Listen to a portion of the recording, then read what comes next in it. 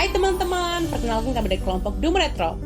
Hari ini kami akan menjelaskan tentang skill apa saja sih yang harus dimiliki oleh supervisor agar memiliki tim yang efektif dengan konsep POAC. Kalau kalian mau tahu lebih jelasnya, simak video ini ya.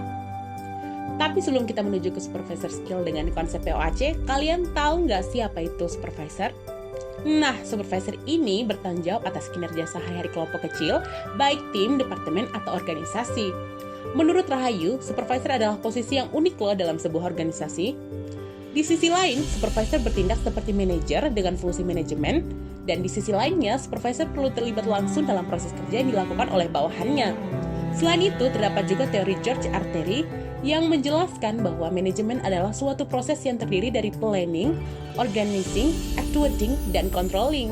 Nah, fungsi POAC sendiri dalam suatu organisasi adalah meningkatkan efektivitas dan efisiensi suatu organisasi dalam pencapaian tujuannya. Yuk kita bahas satu persatu konsep POAC-nya. Seorang supervisor harus memiliki tanggung jawab untuk menyusun suatu perencanaan setiap kegiatan kelompok dengan matang. Planning adalah sebuah proses di mana seorang supervisor memutuskan tujuan, menetapkan aksi untuk mencapai tujuan itu, mengalokasikan tanggung jawab untuk menjalankan strategi kepada orang tertentu, dan mengukur keberhasilan tujuan. Planning ini penting karena banyak berperan dalam menggerakkan fungsi manajemen yang lain. Contohnya, setiap supervisor harus membuat rencana pekerjaan yang efektif di dalam kepegawaian organisasi. Nah, untuk menyusun planning bisa menggunakan aspek SMART, yaitu specific, measurable, achievable, relevant, and time untuk membuat perencanaan agar dapat realisasikan dengan baik.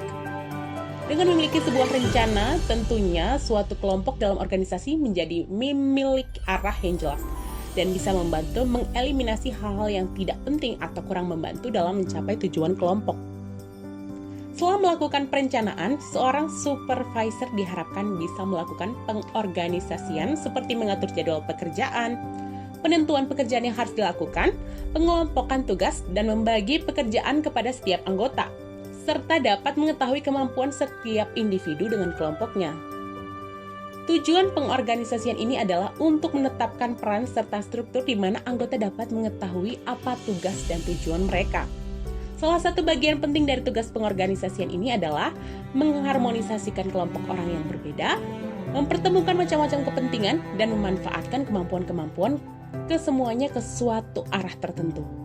Nah, kemudian konsep actuating, konsep ini merupakan upaya untuk merealisasikan suatu rencana, tentunya dengan berbagai arahan serta memotivasi setiap karyawan untuk melaksanakan kegiatan dalam organisasi yang sesuai dengan peran, tugas, dan tanggung jawab mereka.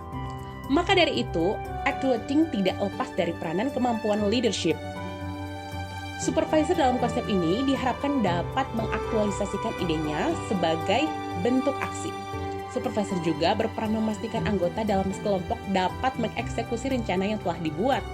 Karena tanpa ada satu aksi yang nyata, rencana akan menjadi sekedar imajinasi belaka atau mimpi yang tak pernah menjadi nyata. Dan yang terakhir ialah konsep controlling. Pasti kalian udah nggak asing dong sama istilah controlling. Nah, controlling itu merupakan aksi yang dilakukan untuk memastikan alur kerja bisnis berjalan sesuai rencana. Bahkan 3 poin sebelumnya yaitu planning, organizing, dan actuating nggak akan berjalan sempurna loh tanpa ada kontrol yang layak. Kontrol umumnya mencangkup semua aspek, termasuk aktivitas bisnis yang sedang berjalan, kenyamanan semua individu yang terlibat, waktu yang diperlukan tiap divisi, juga lainnya. Supervisor harus memiliki tanggung jawab penuh dalam melakukan pengawasan pada setiap kegiatan kelompoknya. Dalam controlling ini, supervisor juga harus memiliki kemampuan problem solving loh untuk mengatasi masalah ketika hal yang direncanakan tidak dapat terrealisasikan dengan baik. Semakin cepat sebuah masalah diselesaikan, diantisipasi dan disesuaikan, tentunya hasil kerja akan menjadi lebih maksimal dan efisien. Nah, itu dia penjelasan mengenai skill yang harus dimiliki oleh supervisor agar memiliki tim yang efektif. Setelah menonton video ini, semoga kalian bisa mendapatkan insight baru mengenai supervisor ya. Semua yang kami tulis di video ini tentunya memiliki referensi dong. Ini dia referensinya. Terima kasih sudah menonton video ini. Sampai jumpa.